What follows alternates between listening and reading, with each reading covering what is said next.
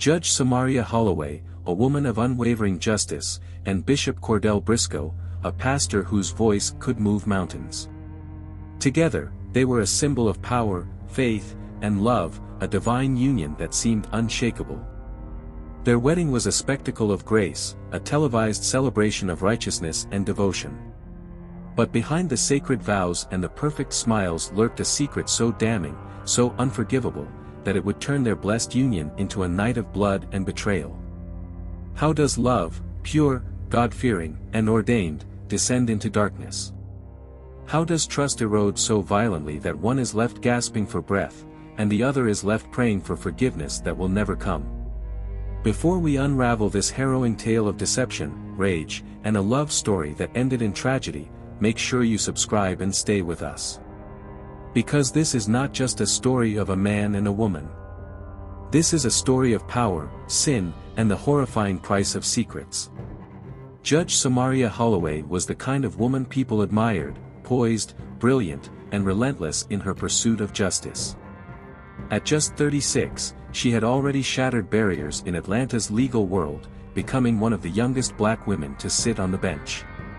Raised in a strict Baptist household, faith had been her foundation, guiding her through every step of her career. She carried the Bible's teachings into the courtroom, making decisions that reflected her unwavering belief in right and wrong. Some called her a beacon of integrity.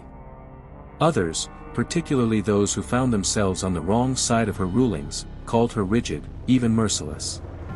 But no one could deny her power. Beyond the courtroom, Samaria was a mentor to young women, a fierce advocate for family values, and a voice for those who felt unheard. She wasn't just a judge, she was a force. And yet, despite all her accomplishments, one thing had eluded her: love. Then came Bishop Kordell Briscoe. To the world, Kordell was a man of God, a shepherd leading his massive flock toward salvation. His church, Kingdom of Grace Tabernacle, wasn't just a house of worship, it was an empire, a multi-million-dollar institution with followers stretching beyond Atlanta. Over 40,000 people packed the pews every Sunday to hear his sermons, hanging on to his every word. Charismatic, handsome, and deeply persuasive, he was more than a pastor, he was a brand. Women adored him. Men admired him. And with his bold preaching and lavish lifestyle, he had rewritten the image of what a modern-day man of God could be. To his congregation, he was anointed. To his critics, he was a showman, a businessman draped in divinity. Kordell had been married once before, but that chapter of his life was spoken of only in whispers. His ex-wife, a quiet woman named Deja, had disappeared from his world as if she had never existed. Officially, the church stated that their marriage had faced challenges, that they had parted ways in peace. But those closest to the situation, former church staff, ex-members, told a different story. Some said Deja had suffered in silence, trapped in a union that drained her spirit.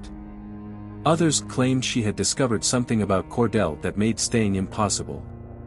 But in a world where power protects its own, the truth never found its way to the surface. Kordell moved on. His ministry grew. His name became even bigger.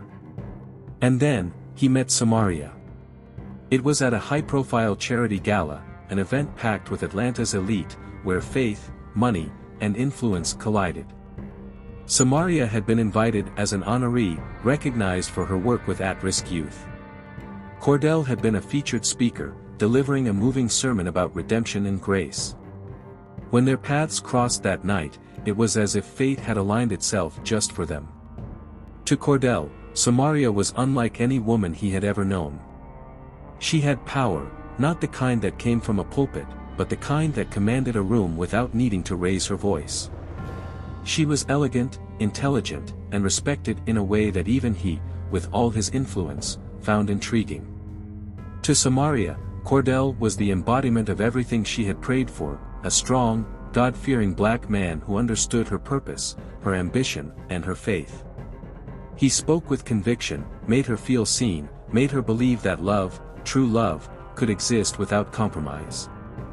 Their romance unfolded like a modern-day fairy tale. Lavish dates in private jet lounges, surprise weekend getaways to Dubai, worshipping together on Sundays as cameras captured their devotion. The world watched, enamored. By the time Kordell proposed, on stage, in front of his entire congregation, it felt like a divine confirmation. Their wedding was a spectacle of faith and wealth, a nationally televised event attended by politicians, celebrities, and high-ranking religious leaders. Every detail was designed to reflect their perfect union, from the scripture-engraved wedding bands to the 1,000-voice choir that sang them into their new life. The world saw them as a power couple, law and faith, justice and grace. Together, they represented the perfect balance. But behind the grandeur, behind the prayers and public adoration, there was something festering. A truth so dark, so destructive, that it would turn this blessed union into something unholy. Bishop Kordell Briscoe stood before thousands every Sunday, preaching about faith, fidelity, and righteousness. He called himself a man of God, a shepherd to the lost, a warrior against sin. But even as he stood at the pulpit, basking in the adoration of his congregation, there was one undeniable truth he had spent years suppressing: he was not the man he claimed to be. Behind the grand sermons, the tailored suits, and the million-dollar empire, Kordell Briscoe was a liar. And worse, he was a hypocrite. For 3 years, he had been tangled in an illicit, all-consuming affair with Talia Monroe, a 26-year-old gospel singer from his church. Talia wasn't like the other women who threw themselves at him after services, hoping to be chosen, hoping for a taste of the power he wielded. No, she was different. Talia had been raised in the church, molded by it, and she understood the way men like Kordell operated. She knew the influence they had over women, the way they promised salvation with one hand while leading them into temptation with the other. And she played the game masterfully. She was beautiful, flawless brown skin, hypnotic eyes, curves that made even the holiest men in the church lose focus. But beyond that, she was smart, calculating. She knew exactly what she wanted, and she was willing to do whatever it took to get it. And what she wanted, what she had always wanted, was to be the First Lady of Kingdom of Grace Tabernacle. From the moment their affair began, Kordell fed her every promise she craved. He whispered to her in bed that she was his true love, that their connection was deeper than anything he had ever known. He told her that Samaria was just a political move, that she didn't satisfy him the way Talia did. He painted visions of a future where she would sit beside him in church, her hand in his as they led the congregation together. And Talia believed him. She had seen women in the church wait for years, hoping to be chosen, hoping to be elevated. But she wasn't like them. She wouldn't be a forgotten mistress, a secret tucked away in hotel rooms and private jets. She was destined for more. Then, she got pregnant. At first, she thought this was God's sign that their time had come. That Kordell would finally leave Samaria, finally make good on everything he had promised her. She told him with excitement, expecting him to embrace the news, expecting their secret love to finally be recognized in the light. But Kordell's reaction was not what she had imagined. He was furious. Cold. Calculating. He reminded her of the vision they had, their perfect future, unmarred by scandal. He told her this baby would ruin them. That the church wasn't ready. That they had to be patient. And then, he gave her the worst ultimatum of all: get rid of it. Talia had spent her entire life believing that abortion was a sin, that it was an unforgivable act in the eyes of God. But Kordell didn't see it that way. He framed it as a test, a trial of faith. He told her that their love was bigger than one moment of sacrifice. Talia was devastated. She cried, she begged, she threatened to keep the baby regardless. But Kordell knew exactly how to manipulate her. He told her that if she truly loved him, she would trust his plan. That their time would come. And, against everything she believed in, she did it. But the moment it was done, something inside her changed. The love she once had for Kordell curdled into something darker. She felt used, discarded. She realized, too late, that he had never intended to make her his wife. She had been nothing more than an indulgence, a secret, a sin he could control. When Kordell announced his engagement to Samaria, the betrayal burned through her like fire. It wasn't just the engagement, it was the way he flaunted it. The way he paraded Samaria around as if she was some divine blessing, as if he hadn't spent the last 3 years whispering those same words into Taliah's ear. She was done being patient. Taliah called him relentlessly, sent him texts that dripped with venom. At first, he ignored her. Then, he tried to pacify her with the same empty reassurances he had always given. You know you're the only one I love. Samaria means nothing, this is just for show. Trust me, our time will come. But Taliah wasn't a fool anymore. She saw through his lies. And she wanted revenge. She confronted him at church, waited until after service, when his security was distracted. She stood in the back hallway, arms crossed, watching as he laughed with his deacons, shaking hands like the righteous man he pretended to be. When he finally noticed her, his expression hardened. We need to talk, she said, her voice low, firm. He pulled her into his office, closing the door behind them. You can't just show up like this, he hissed. You think I care about what you want? Taliah's eyes burned into him. You ruined my life, Kordell. You lied to me. And I let you. But that ends now. Taliah, baby, calm down. No. You listen. She stepped closer, her voice shaking with fury. If you go through with this wedding, I will tell her everything. Every filthy detail. I will make sure the whole damn world knows the kind of man you really are. Kordell stared at her, his mask slipping for the first time. For a split second, she saw it, the panic, the fear. Then, just as quickly, it was gone. You wouldn't do that, he said smoothly. Taliah smiled. Try me. That night, Kordell sat alone in his study, staring at the walls of his perfect life. The awards, the framed sermons, the photos of him and Samaria smiling in front of the church. Everything he had built was hanging by a thread. Taliah wasn't bluffing. If she exposed him, it wouldn't just be a scandal, it would be his downfall. His congregation would turn against him, his sponsors would abandon him, and Samaria. Samaria would ruin him. Kordell had spent years constructing the illusion of a righteous man. But one wrong move, and that illusion would crumble. And that, he could not allow. The wedding had been a spectacle, lavish, elegant, and carefully curated for the world to see. Every detail, from the custom-designed floral arrangements to the gospel choir that brought the congregation to tears, had been orchestrated to perfection.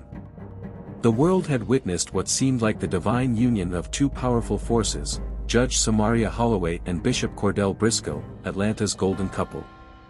Now, in the privacy of their luxury penthouse suite, the air was different. The glow of celebration had dimmed, replaced by something tense, something unspoken.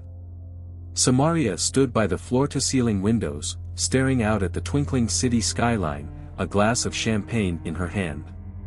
She was still dressed in her wedding gown, the custom lace hugging her frame like a second skin. She should have felt euphoric, basking in the glow of her new marriage. But something was off.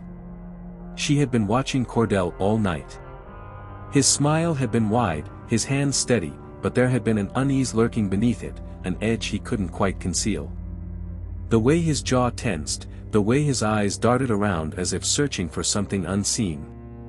Samaria knew people. She studied them for a living. And right now, her husband, her brand new husband, was nervous. She turned to him, swirling the champagne in her glass. What's wrong with you? Kordell, standing near the dresser, tugged at the collar of his silk robe, forcing a smile. What do you mean? I mean, you've been acting weird all night. Fidgeting. Avoiding my eyes. She took a slow sip. It's almost like you're hiding something. Kordell chuckled, but it was forced. Come on, baby. It's been a long day. I'm just tired. Samaria narrowed her eyes. She wasn't convinced, but before she could press further, her phone buzzed from the nightstand. Unknown caller. She frowned, glancing at the time. Who would be calling this late? She answered, putting it on speaker. Hello. A woman's voice filled the room, smooth and sharp like a blade. Ask your husband why he made me kill our child. The words sliced through the air, through the moment, through everything. Silence.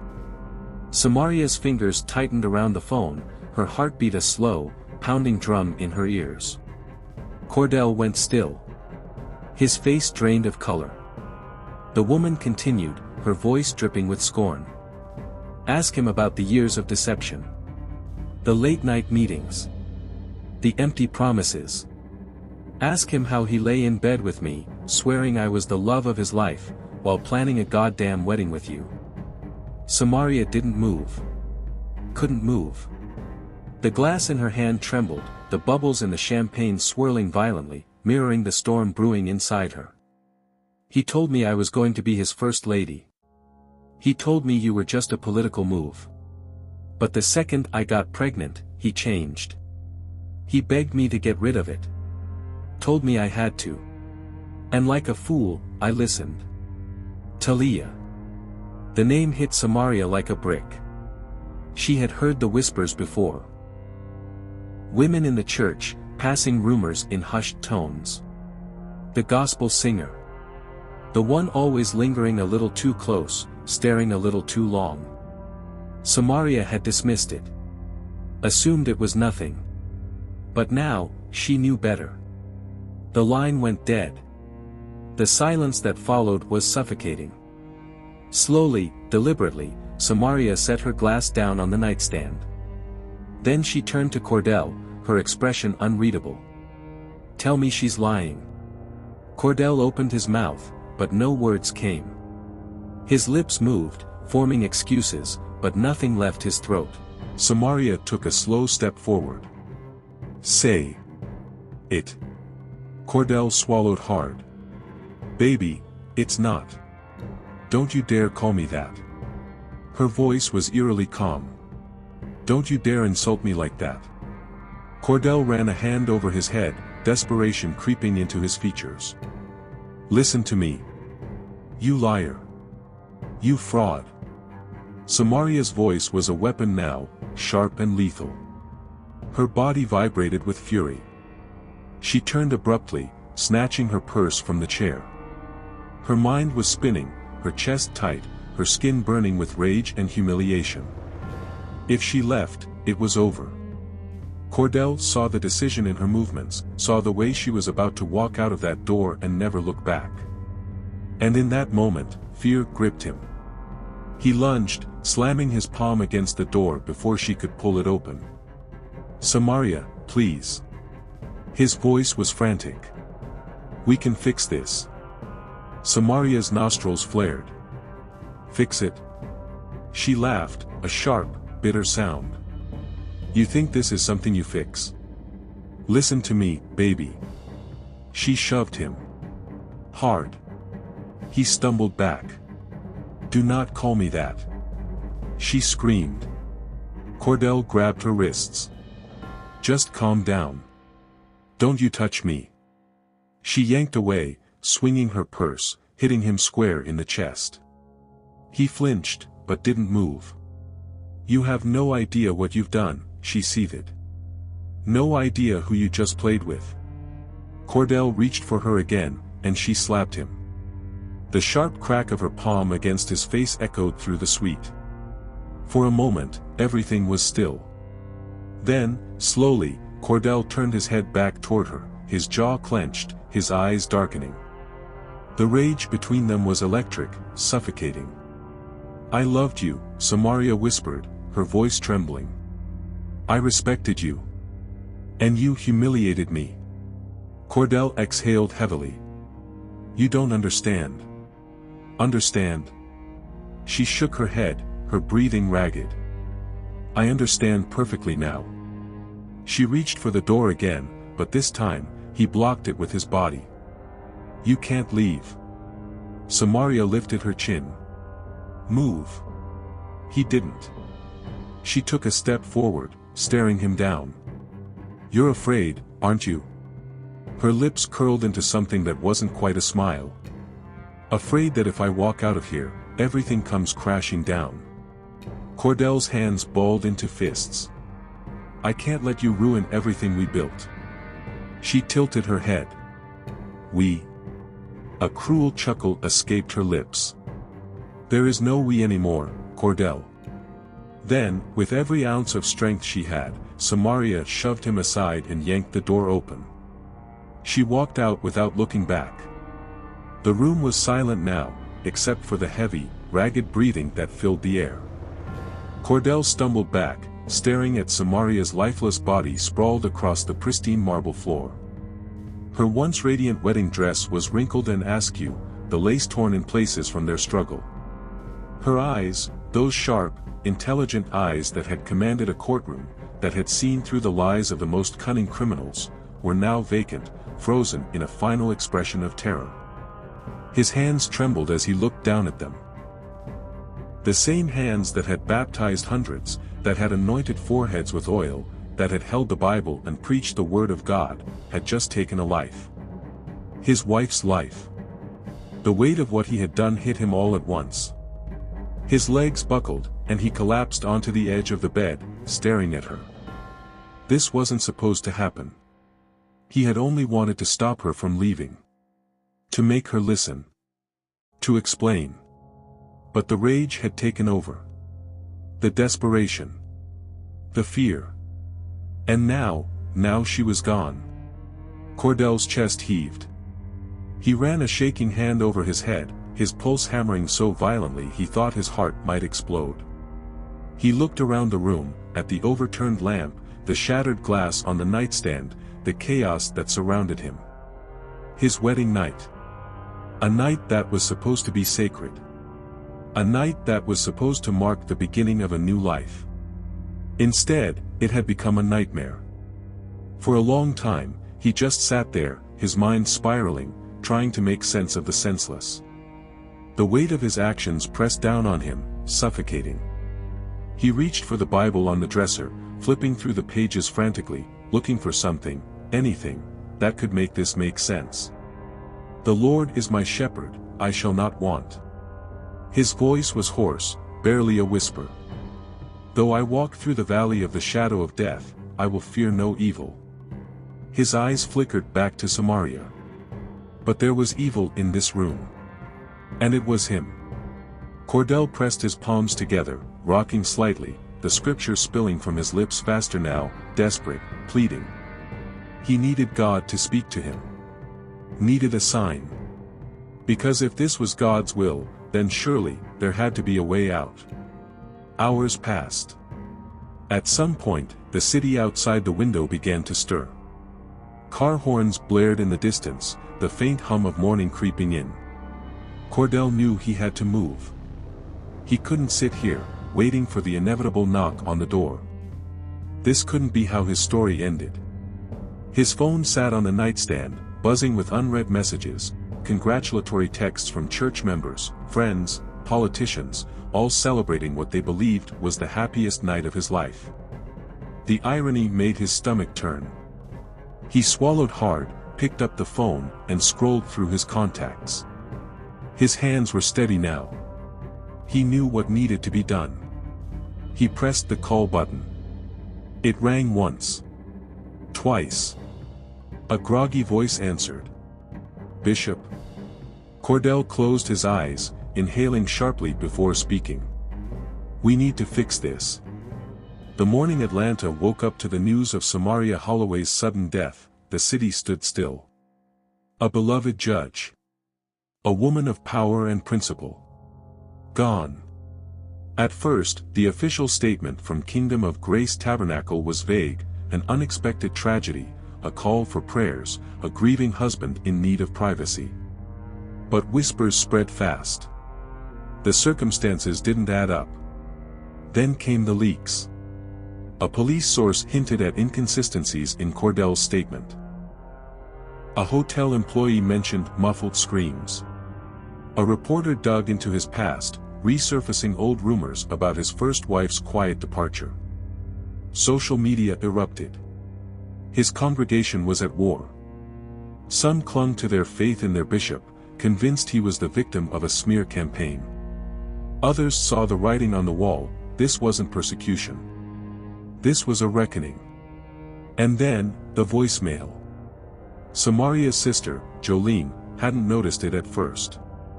A single missed call, a message she assumed was routine. But when she pressed play, her world caved in. Samaria's voice, shaky, laced with disbelief. Then the confrontation. The betrayal. The sounds of a struggle. A choked gasp. Silence. The evidence was undeniable. The fall of Bishop Kordell Briscoe had begun. The investigation moved swiftly. Samaria's body told its own story: finger-shaped bruises around her throat, defensive wounds on her arms, a struggle that had ended in murder. The penthouse suite showed no signs of forced entry, no indication of an intruder. And then there was the voicemail, an unshakable witness to the final moments of her life. Detectives didn't need long to make their decision. An arrest warrant was issued. Sunday morning, Kingdom of Grace Tabernacle was packed as usual. The choir sang, hands lifted in praise, and at the pulpit stood Kordell Briscoe, the man who once commanded thousands with his words. He had convinced himself he could get through this. That the faithful would stand by him. That God would make a way. Then the doors burst open. A swarm of officers moved in, weaving through stunned parishioners. A collective gasp rippled through the church. Handcuffs clicked around Kordell's wrists as murmurs turned into wails, shouts, and cries of disbelief. "This is the devil's work." Someone screamed. "No weapon formed against you shall prosper, Bishop." But the weapon had already struck. And it had come in the form of truth. Kordell's trial was a national spectacle. His defense team portrayed him as a man under extreme emotional distress, betrayed by the woman he loved, pushed beyond his breaking point. The prosecution dismantled him piece by piece, revealing his years of deception, his unchecked power, and his ability to manipulate even in the face of undeniable guilt. The jury didn't take long. 4 hours. Guilty. The sentence, life without parole. As the verdict was read, Kordell sat motionless, the weight of finality sinking in. His empire had crumbled. His influence had died. His freedom was gone. From the front row, Jolene Holloway wept for her sister. The woman who had fought for justice now had justice of her own. But outside the courtroom, the battle raged on. His loyal followers refused to let go. They called it a witch hunt. A test of faith. A modern-day crucifixion. And yet, no prayer, no protest, no plea could undo the truth. And Talia Monroe? She moved on. Sold her story. Wrote a book.